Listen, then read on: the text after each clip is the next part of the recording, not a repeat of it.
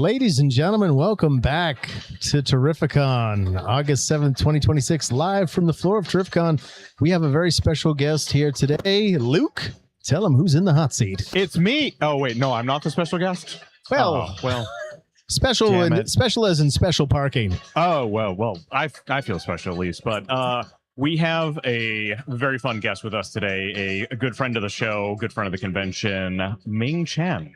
What's up, everybody? I've passed by your setup here multiple years, dreamed about sitting in this chair, and finally here, August 7th, 2026. It happened. So thank you guys very much. Take 12 for life, my friend. Hell yeah. That's what his tattoo says. Yes. He can't show you where it is on camera right now, though. That's for the expanded access. Yes. $5.95 subscription. It's a tiered level service. Oh, totally worth it, though. Totally worth it, my friend. 100%. Yeah. But seen you here for years now as well, and glad to have the opportunity. Obviously, we know who you are, but you just want to give us your quick highlights reel? Oh, yeah, for sure. My name is Ming Chen. You might know me from the TV show Comic Book Men, which aired on AMC after The Walking Dead. I'm a frequent collaborator with filmmaker Kevin Smith, so he's thrown me in a bunch of movies. Used to run his website and anything online.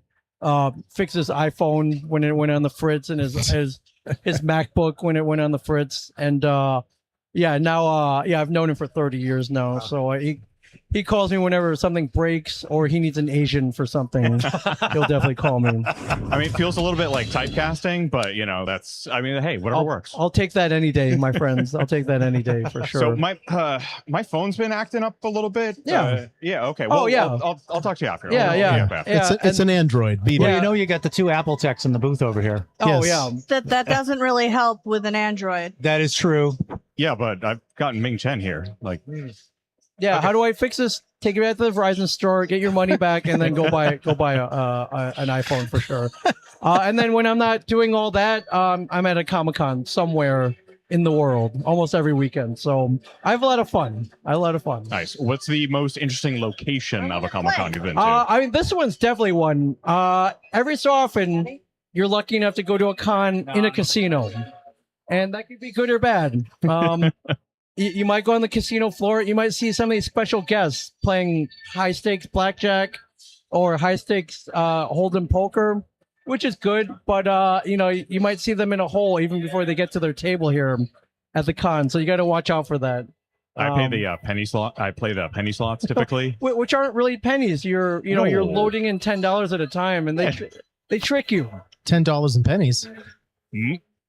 Well, now you got to watch out because those prices are going up, collector's item soon enough. Yeah, but several years ago, we found out here at the Mohegan Sun Casino in Uncasville, Connecticut, they have a special Asian gaming section. Are you aware of the Asian gaming section? Is it the section that has seen the Dunkin' Donuts that's in the Asian gaming section.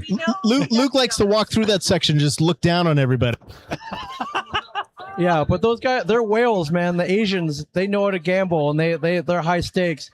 But the best part about the Asian gaming section, and you're like, well, why is it Asian? The dealers are trained to speak Mandarin Chinese. Put the crazy rich Asians. I've seen that movie. Yeah, yes. We actually got lost in the Asian section last year trying to find a restaurant and walked around and went, oh my God, this is an Asian section. Then we found Dunkin' Donuts and we were like, at least there's food, and we watched the video. Asians Love Gambling was like an episode of Always Sunny. Yeah, that a friend of mine was in. He gets to yell at Danny DeVito in Mandarin. Solid. But there is a late night noodle bar there called Fantasia in the Asian gaming section. Where? Okay.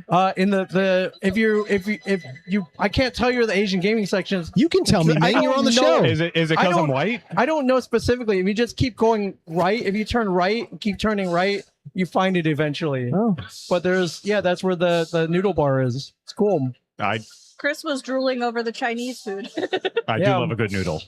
Yeah, if you need noodle soup at 2:30 in the morning, it'll be there for you. Okay. It's actually open that late? Yeah, it is, and I will be there. So sounds fucking amazing. You can find me as well. After hitting up the tiki bar, you gotta have something else in there to support, and sometimes it's 2:30 noodles. A little salt, a little 1,000-year-old egg. You'll be right as rain, my friend. So yes.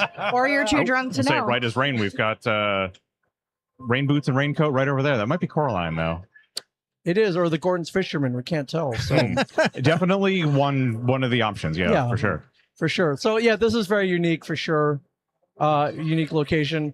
Anywhere else? One was an indoor soccer field. It was attached to a Gold's Gym in Poughkeepsie, New York. That one was solid. That one was weird. The floor is all squishy like a AstroTurf. Yeah, that was unique. But the other one was a dirt floor as a road or like a rodeo location. Wow. Okay. So you got used to smell manure pretty quick. So yeah, our panel was where they auctioned the livestock.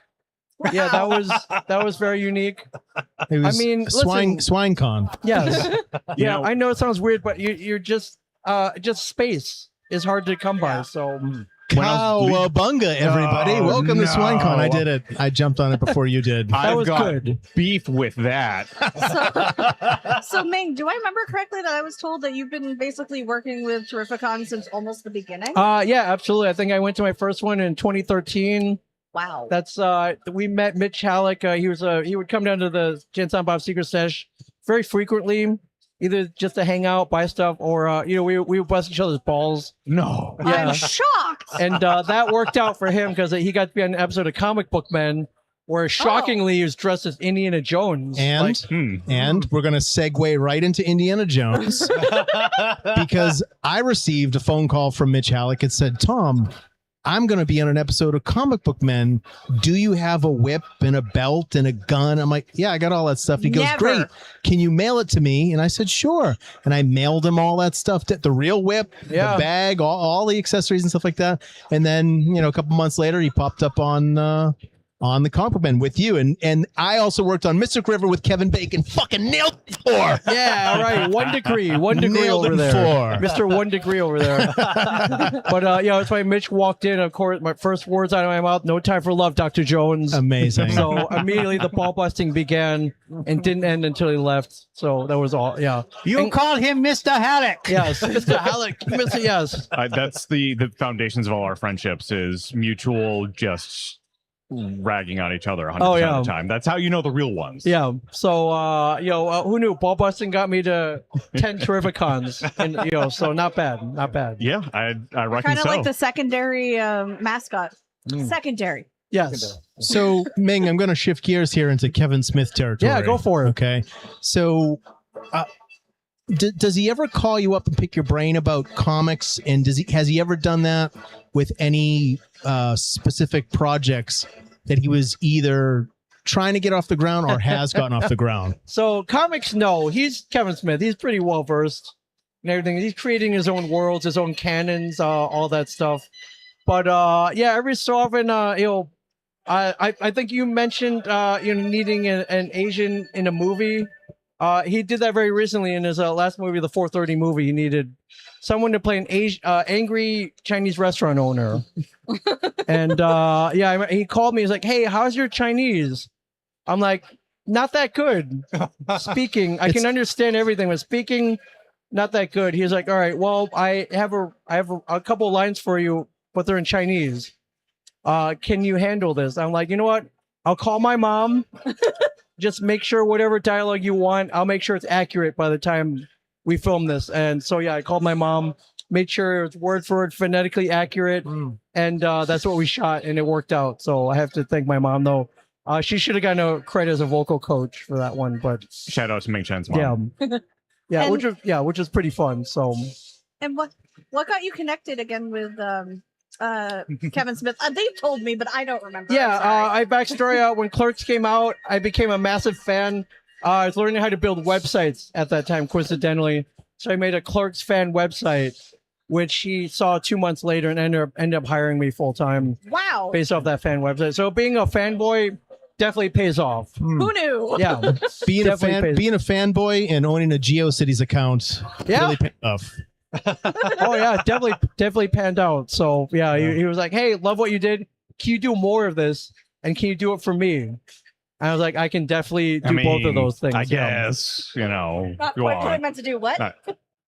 So obviously, it sounds like you have a lot of different things that you do in a lot of various talents. So what are some fun hidden talents that people don't know hidden about? Talents? I'm very into yoga. I'm very flexible, I guess. If I travel a lot for Comic-Con, so wherever I end up at, I can tell you the best dive bar, cocktail bar, and best place to eat for sure. Both expensive and cheap. So honestly, I think that should be like the companion guide, like Ming Chen's companion guide. Companion. Okay. I'm gonna borrow that. That is something I'm working on. I'm just too lazy to. And then it's in my head, but I gotta get it out. Have like a quick journal for every town that you're in that lists all those things that you just suggest, and then pair it with the best comic book shops in town. Yes, the companion. Yep. Because then you got companion.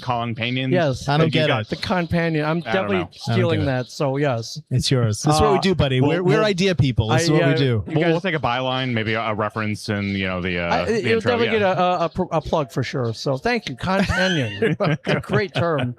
But So, yeah, Ming, that's one of my talent. Yeah, just eating well wherever I go. I think love that. you only get a certain amount of meals that you can eat in this life. Don't waste any of them. That's amazing. I actually love that philosophy. My wife says to me all the time, I'll make a big Italian dinner and I'll say, open a bottle of wine. She's like, we only got good bottles of wine. I go, baby, let's not save them. They're not baseball cards, right? Like tonight could be the special occasion. So let's drink the wine. Yeah. You don't know if tomorrow's going to exist. The future is not set. There's no wine, but what we drink of it. So yeah. It's a modified line from Terminator. So, I love it. Yeah, no fate. Yeah, drink the wine. You can always buy more. No fate and really expensive reds. Exactly. Yeah. I love everything about that. Yeah. And sometimes I found that like the smallest hole in the wall places you go in there, they're or the best, the most unexpected. So local pizza place run by I think it's some American pizza place, Middle Eastern family running it. I had to get over like their delivery. I'm also like, whatever. They got churros. Yeah, got a churro. Sure, throw them in. Had that churro. I'm like, whoa. I think this might be the best churro I've ever had in my life. Yeah, who knew? You would have, and no, no one's gonna tell you that. Outright, you got to find it yourself. So, or if we have the companion. I could tell you about it. Ming Chen's companion. Chapter 6. Yes, that's chapter 6. Yes. Middle Eastern churros and a pizza place. Comics and churros, Manchester, New Hampshire, the Moroccan connection. What is your go-to cocktail to drink and or make? Old fashioned for sure. Oh shit. Classic. Yeah, easy. Fairly easy ingredients, but to make a really good one, not that easy. So, yeah, you gotta use great bourbon and kind of put everything in the right proportions. But they're and then you could there are variations. You can smoke them. You can change them up a little bit. But good old fashioned is a litmus test for any good cocktail place for sure. So in terms of comics, do you remember what was your first comic? Did you buy it at a newsstand or a shop, or what was your that was childhood comic book shop? Oh yeah, so first and favorite comic, Avengers number 214. Wow, got in first grade. One of my classmates had an extra copy, handed it over to me. I still have it, 40 some odd years later. But that was the one I knew where the characters were, Batman, Superman. But I was 6 years old, first grade. I'd never read a full comic before. And I read that thing cover to cover. Everything, the ads, the Hubba Bubba, Posters Fruit Pie ads. The ads were fart powder. But the plot was great. Ant-Man had just been kicked out of the Avengers for hitting the Wasp. There's a whole domestic violence subplot. Oh, damn. And then on the cover is Iron Man fighting the Ghost Rider. And it's a pretty awesome cover. They're in midair, and Iron Man looks in dire straits. The background is Tiger and Captain America going, "Oh no, what do we do?" And it's a pretty cool cover. And now we got Ghost Rider back in the mainstream right now. Saw that with a big announcement, which is cool. That was unexpected. Yeah, and I can't get Nicolas Cage out of my head for. No, I can't. He kind of established that character and should be brought back in a multiverse scenario for sure. That would be fun. Yeah. But I love that they're gonna bring it back and make it into a big Marvel production, which I think the Ghost Rider deserves for sure. What comic or character is undersold these days that you find? There are a couple of them. Before I thought it was She-Hulk, where they made the TV series. Like it or hate it, they did it. They took a stab for sure. In the mid '90s, there's a DC character called Starman, which they brought back, which they kind of teased, I think, in Legends of Tomorrow or one of the WB shows. But that's one I think they should make into a movie for sure. It's James Robinson, Tony Harris, if you want to pick up the comic books from the late 90s. That one for sure. But yeah, other than that, they're especially Marvel starting to bring some of the cool characters in the mainstream, and yeah, I'm digging it. So yeah. I love some of the side characters. I'm more of a DC by nature because I grew up on Batman the Animated Oh Series. yeah, we need Booster Gold. That's what we really need. We need Booster Gold. Or even like Tom and I have talked about some of the like those side villains, the ventriloquist. Yeah. Like, how fun would it be to have like a short spin-off, just like him actually running his gang and everything like that? Or like you said, a Booster Gold story, or some of those things that we don't really get to see, but like, oh, okay, they're always going to go with like, the mainstream. They're going to go with what's going to make money. But it would be great to see some of those side characters. Those they're gold, ones. especially for comic book geeks. Yeah, it's like, man, when do we get to see a live action version of like Stiltman or something? Yeah. Yep. So seeing especially how the Penguin with Colin Farrell, the way that they handled that and approached it, right? Yeah, they did a great job. That was phenomenal. They could definitely do the version of the ventriloquist that you and I had talked about for so long. Like, he's like the ultimate lunatic, in my opinion. Like, I think even scarier than the Joker, because the people around him, they're listening to that puppet. Like, he's got everybody under a spell. And Chris, you probably know the title of these. There was an old movie a long time ago. I think Kirk Douglas was in it, and he was a ventriloquist, and didn't he take orders from the doll? Wasn't the doll possessed or something like that? Right? Possibly. You're not on camera. That's fine. Can you get back in the frame? Sorry. We hear you though. Yes, I can't remember the name of that movie, but yeah, you're on. You're and spot that on. movie was super, and he was young. It was young Kirk Douglas too. And it was super disturbing. So, and I'm sure maybe some of that evolved into like the ideas for DC Comics and the ventriloquist. But I think a project like that would be perfect. You want to talk about underserved comic book characters? When are we going to get the live action Mighty Heroes movie with Diaper Man and Road Man? I don't know if that's going to happen in your lifetime, but it's when they start getting past B, C, D list characters, you might. It'd be the perfect answer to the Avengers. Yeah, listen, I want to see it. I'm up for it. Especially if it was a hard R. Yes, Diaper Man and his messed up adventures. Yes. You may have lost me on that one. Yeah, it was definitely before. It was before your time, Luke. Yeah, I don't know what you're talking Yeah, about. I also want to see the West Coast Avengers. I think that would be awesome. We got the Avengers. We know what they're all about. See the West Coast version, man. Led by Hawkeye and Wonder Man, and I think that would be awesome. Which I feel like we've made some good steps in that. We've gotten the Defenders. Yeah. We've gotten the Suicide Squad equivalent. I don't remember. Thunderbolts. We're getting there. Yeah, West Coast Avengers would be awesome. Alpha Flight, like the Canadian Avengers. Puck. I want to see Puck in live action. So will we get to that? I don't know. If they're smart, we will. They got to run out of characters eventually, right? You would think, right? So when they do the Great Lakes Avengers, that's when we know we're doomed. I would love to. You're not wrong about that, but yes. I feel like we're just making up Avengers at this point. If I could just drop like a noun Avenger. That's a real thing. Yeah, that's where Squirrel Girl came from, and a lot of cool characters. So they just released another Marvel Magic the Gathering set, and Squirrel Girl has been getting a lot of hype up in there. Yeah, and Big Bertha, the girl got. Ashley Crawford, who got really fat and sat on people. That was her superpower. So yeah. Well, I mean, we've got the Blob, so we really can't.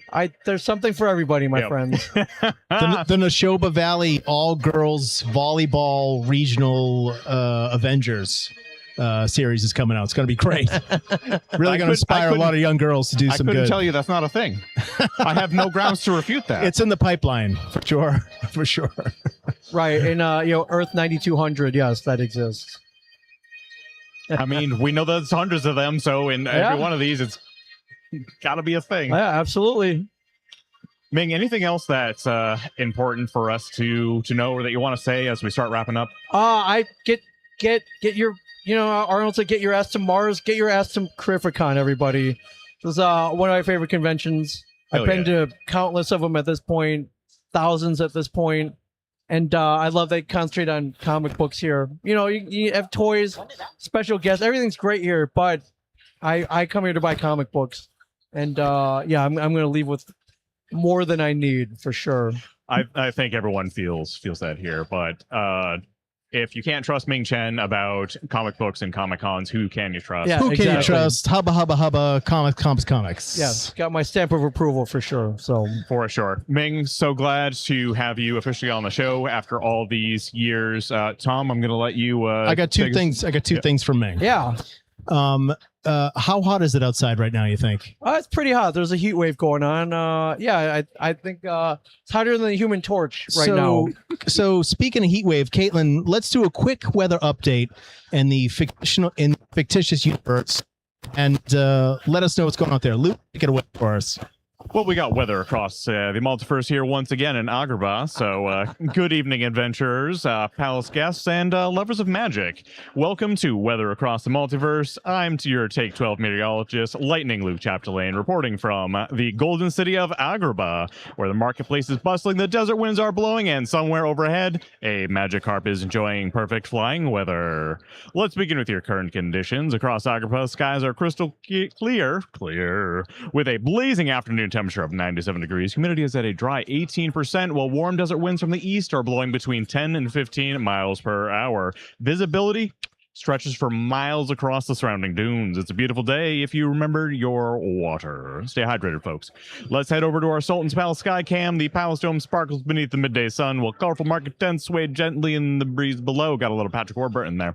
Merchants continue filling the streets with spices, fabrics, and fresh fish as the city comes alive. It's another postcard perfect day afternoon in Agrabah. Now let's check our desert wind tracker. Steady winds are expected throughout the day. Slight chance of localized sandstorms developing along the eastern trade routes. Travelers crossing the open desert should secure loose belongings, especially their hats. Moving over to our magic carpet flight forecast, flying conditions are outstanding this afternoon. Smooth upper level air currents, unlimited visibility, and only light turbulence above the palace towers makes this an ideal day for sightseeing. Passengers are reminded, please keep your hands and feet inside the carpet at all times. Let's check the Cave of Wonders climate report. Temperature remaining surprisingly cool inside the Cave of Wonders despite the intense desert heat outside. Treasure hunters are reminded that while the weather is pleasant, there are things to worry about out there in our genie magic. Pressure index is unusually high today. This is certainly going on for an extended period of time.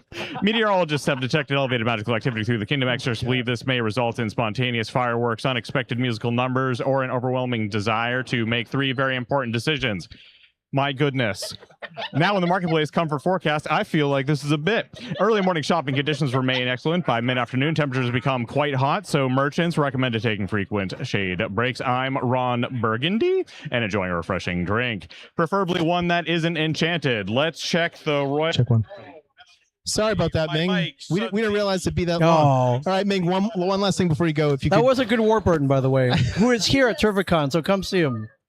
Ming, if you could tell your 10-year-old self a piece of advice, what would it be? Buy more comics for sure. That's the second quote today. Yeah, literally, yeah. Grab Amazing Fantasy 15, which was maybe $100 back then. All the Hulk 180 ones you can carry. Buy all the comics. Okay, very good. Thanks, Ming, for coming on. We appreciate it, buddy. Thank you, guys. It's good to see you. You too. We'll see Take you around. 12, everybody. We'll see Take some 12. noodles tonight. Get some noodles tonight. Oh yeah, noodle. We'll see you at the Fantasia Noodle Bar in the Asian gaming section. All right, everybody. That's the Ming Chen episode live from the floor of Terrificon 2026. Thanks so much, everybody. Luke Chapdelaine. What? We're good? Are we good? Need anything else? Yeah, you're fine. We're good. We're all clear. Sorry, we're all clear, folks. That's it, everybody. We appreciate it, and we will see you soon. Good night. Good night.